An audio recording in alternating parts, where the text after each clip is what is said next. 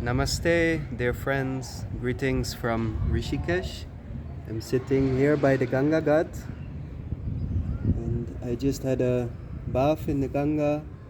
As you can see, it's very beautiful, peaceful, and quiet here in the mornings. Um, yeah, really love Rishikesh. It's still such a beautiful place. Many people say that it's becoming more and more touristic, and even though that is true, it's still very beautiful. Especially where I'm staying is nearby. It's called Sant Seva Ashram, and they have very nice, affordable rooms, and it's quiet. It's next to the Ganga. Especially this part of Laxmanjula is, in my experience, still very peaceful and quiet. And you can just walk to Ramjula, which is like that direction, and there you have many temples and ashrams, and they have Ganga Aarti. And here it's very quiet and relaxed. So it's very nice. I felt inspired to share with you all a little bit about my recent journey into the Himalayas to two very, very sacred holy places called Kedarnath and Badrinath. I just came back recently from my journey there, and I started about 2 weeks ago. I first took the bus to Devprayag, which is a place where two sacred river streams, Bhagirathi and Alaknanda, they like join together, and that's from where the Ganga officially it's where the Ganga becomes fully Ganga as we know it, and then it flows to Rishikesh. So Gangotri is also the source of the Ganga, but then it also comes from Badrinath and Kedarnath. So actually I was planning to go to Gangotri, but then as I just went with the flow, I went first to Devprayag, and from there I was told to take the bus to Srinagar, which is nearby. And then it was early morning, and there was a bus going directly to Kedarnath, which was much closer than Gangotri. So I thought, okay, why not? I'll just go to Kedarnath, because the bus was ready to go. And so I went to Kedarnath like that. Actually, I was planning first to go to Gangotri, but I thought, let me just follow the flow, what's happening. So I took the bus to Kedarnath, which took about 5 hours from Srinagar. Srinagar is a few hours by bus from Rishikesh. So from Rishikesh, it takes about 8 to 10 hours, definitely to Gangotri. Kedarnath is a little bit closer. So I went to Kedarnath, which is a very sacred place. The story of Kedarnath is that the Pandavas, the Pandava brothers, after the great Mahabharata war, which is a big epic, which is well known in India, so they felt bad because in the war they had to kill many relatives also. So they asked Lord Krishna, what can we do to cleanse any sins, to purify ourselves? So Lord Krishna said, you should go and seek the blessings from Lord Shiva. So then the Pandava brothers, they traveled and they roamed through the Himalayas in search of Lord Shiva, and they found Lord Shiva. It is said at Gupta Kashi, Lord Shiva was in the form of a bull, because Lord Shiva didn't want to actually forgive the Pandavas, because they had killed many people in the Mahabharata war, so he was not ready to forgive them. So Lord Shiva took the form of a bull, and it's said that they followed the bull, and then they found 5 different parts of the bull, which is actually Lord Shiva, which became Panch Kedar. So these are 5 sacred places where they worship Lord Shiva. And Kedarnath is one of the most important. it is said that Lord Shiva is forever present at Kedarnath in the form of the Jyotirlinga, which is there. So there are 12 Jyotirlingas in India, and the Jyotirlinga is a very sacred place dedicated to Lord Shiva, which is said to, it's said that Lord Shiva is always present in these places. Like the Shiva Lingas there are self-manifested, so they have manifested out of nature, out of the power from Shiva. So these are very holy pilgrimage sites. And first I was planning to first go to Gangotri, then I went with the flow, took me to Kedarnath. So I arrived, and first of all you have to get to Gaurikund, which is from where the trek starts, which is already, you have to go from the bus station to there, which takes some time. There are some jeeps going up and you have to walk a bit. So at Gaurikund, which is a very beautiful place with hot springs, there is a beautiful hot spring bath where pilgrims take a bath before going to trek up to Kedarnath. As it's a very long trek, it takes like 8 to 10 hours about. It's quite a challenging trek as well. And I stayed in Gaurikund for one night as I was already arriving in the afternoon. And I stayed with some sadhus. There was a sadhu camp, so they invited me to come. And as the rooms were quite expensive, like 2,000 rupees per night, and I didn't really feel like so much at that point to stay in a hotel, so the sadhus invited me to stay at their camp, which was next to the Gaurikund temple, where Mother Parvati performed penance, spiritual practice to basically to marry Lord Shiva, because Mother Parvati had been Sati, goddess Sati, in the previous birth. And then in her next birth, she wanted to marry Lord Shiva again. So as Parvati, she performed deep spiritual practice at Gaurikund, which is also, they say, the reason for the hot springs, because of the tapas, the spiritual austerity which Mother Parvati performed. So anyways, I stayed at Gaurikund with sadhus. They had a nice fire, they invited me for some chai and all. Then the next morning I went up to Kedarnath, which was quite a journey. I started out walking up, and it was a lot steeper and further than I had expected. Like I had heard it's quite a climb, but I didn't expect it to be like such a climb. It was like the Kedarnath trek is about 20 kilometers upwards, and you go like steep, like it's quite a trek. So you start at Gaurikund, which is, I think it's just below 2,000 meters, and Kedarnath is like above 3,000. So you have quite an elevation.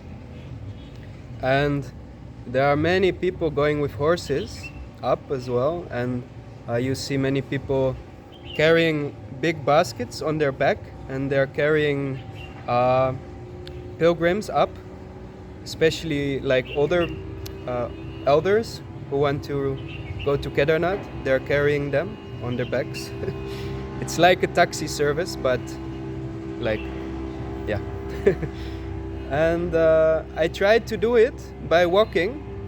I didn't really feel like taking a horse, but then like after walking, like I started with sunrise maybe around 7-8 a.m. and by in the afternoon, by like 3 p.m. I was quite exhausted. I had walked halfway up pretty much in like 6 hours maybe. Then then there was still quite a climb ahead, so I decided to go the other half by horse, which was quite a good idea, I realized after, because after came the steepest climb. So yeah, then I made it up by evening, and once you reach up by Kedarnath, the climate changes a lot, and suddenly you're surrounded by all these snowy peaks.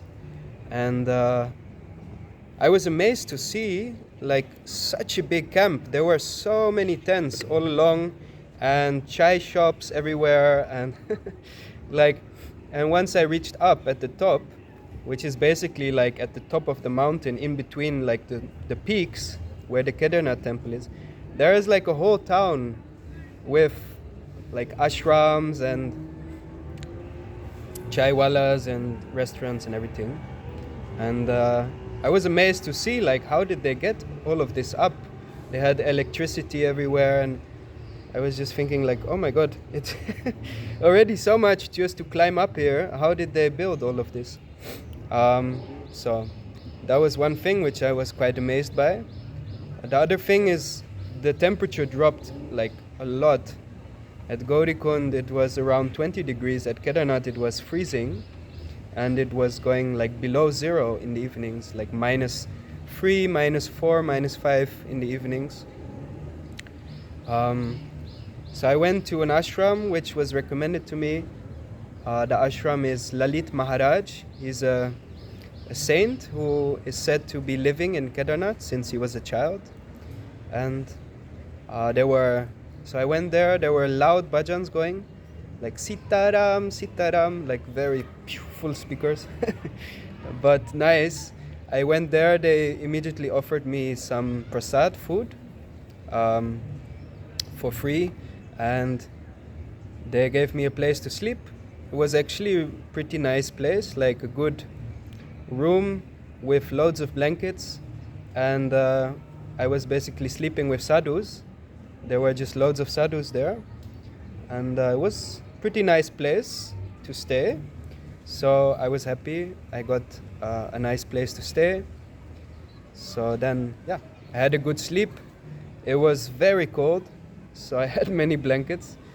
And the next morning, I was able to witness the majestic peaks full of snow, and I went to go to the temple, and then I found out, wow, there's a huge queue, which was like starting from like half a kilometer before the temple. Basically, people were lining up to get the darshan, to enter the temple to see the Jyotirlinga. So I started by like standing in the queue. Some people told me, yeah, join us. And then after a while I thought, I don't know like to stand now in this queue, because it looked like it was gonna take a few hours. So I thought, okay, let me go first, just see the temple, maybe have like a cup of tea, chai or something, and I'll join the line later. So I went, and then I just went to see the temple first, and for that you didn't have to line up. So I went to have a look, and really what a beautiful temple. It's really it's a very ancient temple. I think it's been existing for many thousands of years, but in the 8th century, as they say, 8th or 9th century, Adi Shankaracharya, who is a great sage in India, also pretty much the originator of the Advaita Vedanta philosophy, he came to Kedarnath and he re-established the temple. And the temple is beautiful. It's made out of this beautiful, huge rocks, and just very beautiful ancient design. You see the majesty of the temple, and then just behind the temple you have all these snowy peaks, which is really beautiful. And then behind the temple you have this huge rock, which is called the Bhima Shila, which saved the temple from a huge flood about 10 years ago. And now the rock is also being worshipped, because the rock stopped just before the temple and protected the temple from this huge flood.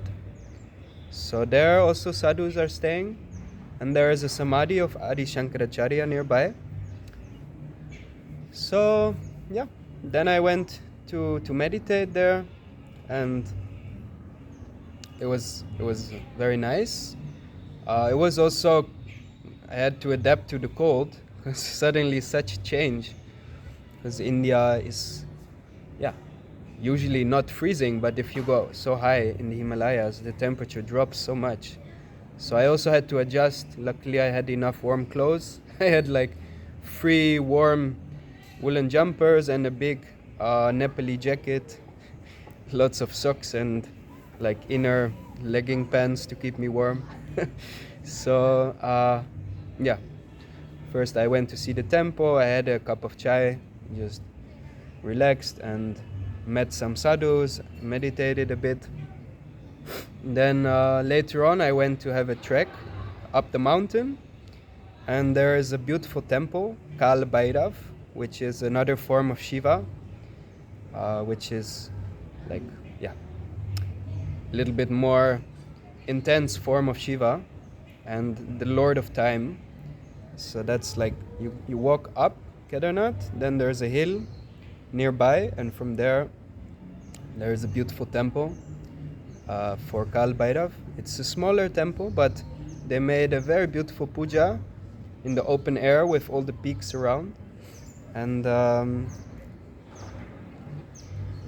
yeah, so I went there. It was very nice. Then I had a walk further up a little bit, and from there you could, like, you were standing on top of the hill above Kedarnath. You could look out to Kedarnath, to the town, to the temple, and like the peaks surrounding, also the Kedarnath peaks. And yeah, I stayed there, meditated a little bit, and then it was sunset time, so I had a beautiful view of the sun setting and the light shining on the mountain, which was really amazing. I captured some amazing pictures from there as well. And it was very peaceful and quiet. There were a few people, but it was not so crowded. And also not so far, like to walk up was maybe like 15-20 minutes. So yeah, definitely worth it. If you do visit to Kedarnath, then I would definitely go up, walk up the mountain to this Kal Bhairav temple, and a little bit more up, then you will really have an amazing view.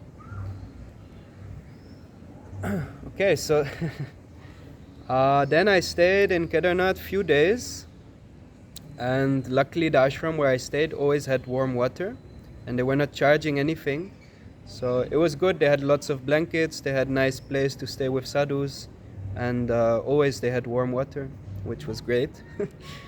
When I would wake up in the morning, the water would be like one big solid piece of ice. Like the water which was standing outside, because it was so cold. The water would literally melt into ice in the evenings. And yeah, I had a special time.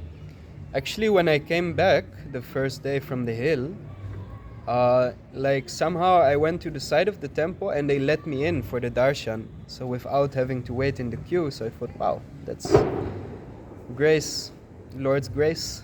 So then I had a look inside, and yeah, it was definitely very beautiful, very special. One thing though is there is a lot of people, so it's a little bit challenging because everybody wants to go there. But you can feel like the place is very ancient and holds incredible energy, very special. So I stayed a few days in Kedarnath. It was very beautiful, also quite intense with the cold, so it was like challenging and beautiful at the same time. Then after like 2 or 3 days I decided to go back down again to Gaurikund. So I went back down, I stayed again with the sadhus, and they had been waiting for me to go together to Kedarnath. So we stayed one night in Gaurikund. I had a nice bath in the hot springs after staying up in the freezing cold, and after the long journey. Walking back down was a lot easier, so I just walked back down again. And yeah, had a bath in the hot springs, stayed one night with the sadhus at the camp, and then next day the sadhus, they came with me and we went together to Badrinath by bus. So there was a bus going from Kedarnath to Badrinath, and yeah, the journey from Kedarnath to Badrinath is about 8 to 10 hours, I guess. So we left in the afternoon, and then by nighttime we slept somewhere on the way, and the next morning we continued our journey, and we arrived in Badrinath by 8 or 9 in the morning. So then Badrinath actually, both of them, Kedarnath and Badrinath, had been my dream to visit since a long time. Badrinath in a way even more. Somehow the place is very mystical as well and connected to Lord Vishnu. Lord Vishnu came to Badrinath to meditate and to sit in deep meditation. Narada Muni, the story is that Narada Muni came to visit Lord Vishnu in his holy abode, and Lord Vishnu was lying down on the serpent, and Goddess Lakshmi was massaging his feet, and Narada Muni said, "Oh my lord, if you are lying here and Goddess Lakshmi is massaging your feet while you're lying on your sacred serpent, many people will take example from you because you are the Lord, and they will follow your example. So is it not better to show them the example of meditation and austerity?" So Lord Vishnu was feeling a little bit sad by what Narada Muni said. This is the story. So he felt like, oh, I should go to sit in meditation. So he went to Badrinath because it's such a beautiful place. He felt enchanted by the place. Then Lord Vishnu went into very deep meditation, and Lord Vishnu was unaware of the harsh, intense, cold climate. It was so cold and like snow falling. He was in deep, deep meditation, Lord Vishnu. Then Goddess Lakshmi came in the form of a tree. She protected Vishnu. So Goddess Lakshmi took the form of a Badri tree, which is a type of berry tree, and to protect Lord Vishnu from the harsh weather conditions. So when Lord Vishnu came out of his meditation, he saw Goddess Lakshmi protected him from the cold, and he was very pleased, and he said, this place will now be named after you, Badrik Ashram. So Badri is the name of the tree. This is the place, Badri Ashram.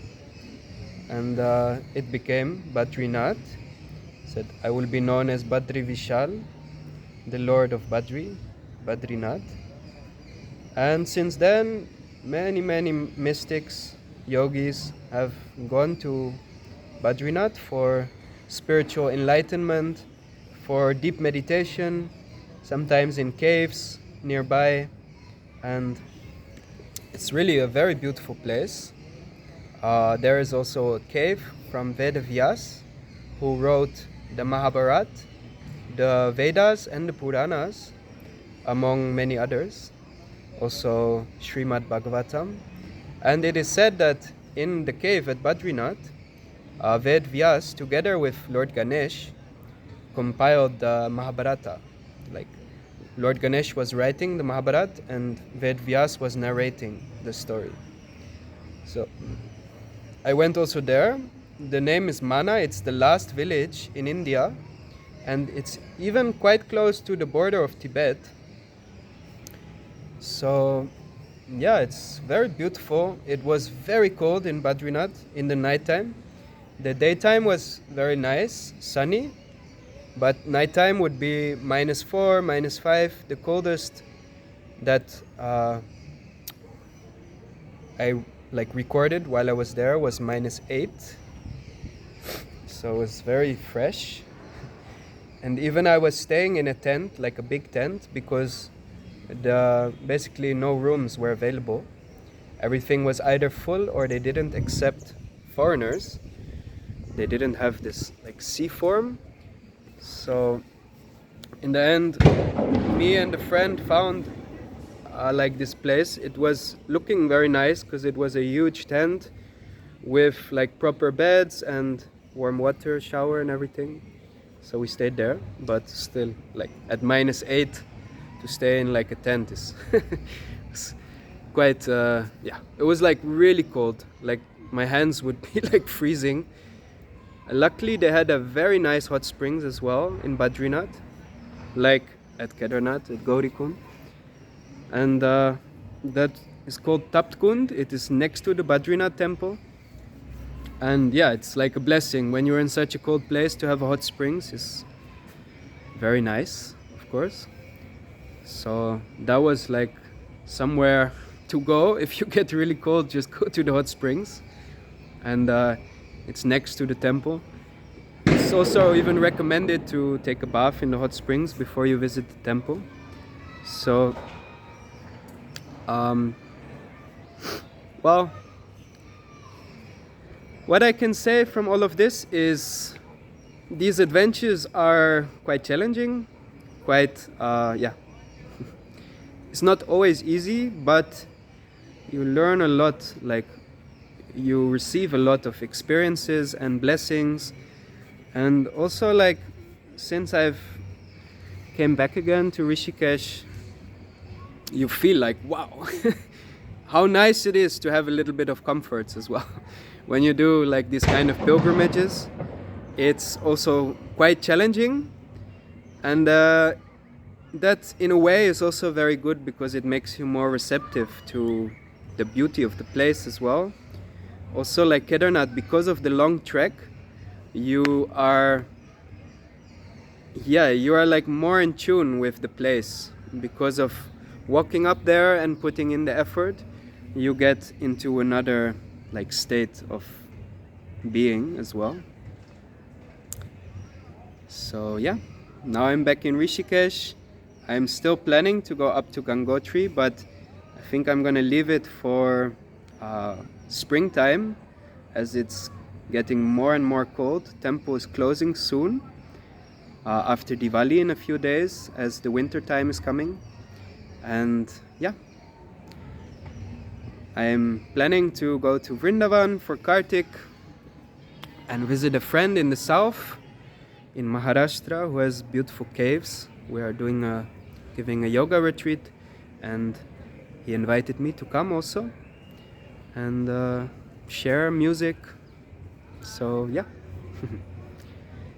January will be Kerala, visiting Amma in Amritapuri and giving a yoga retreat together with Tara, also in Kerala.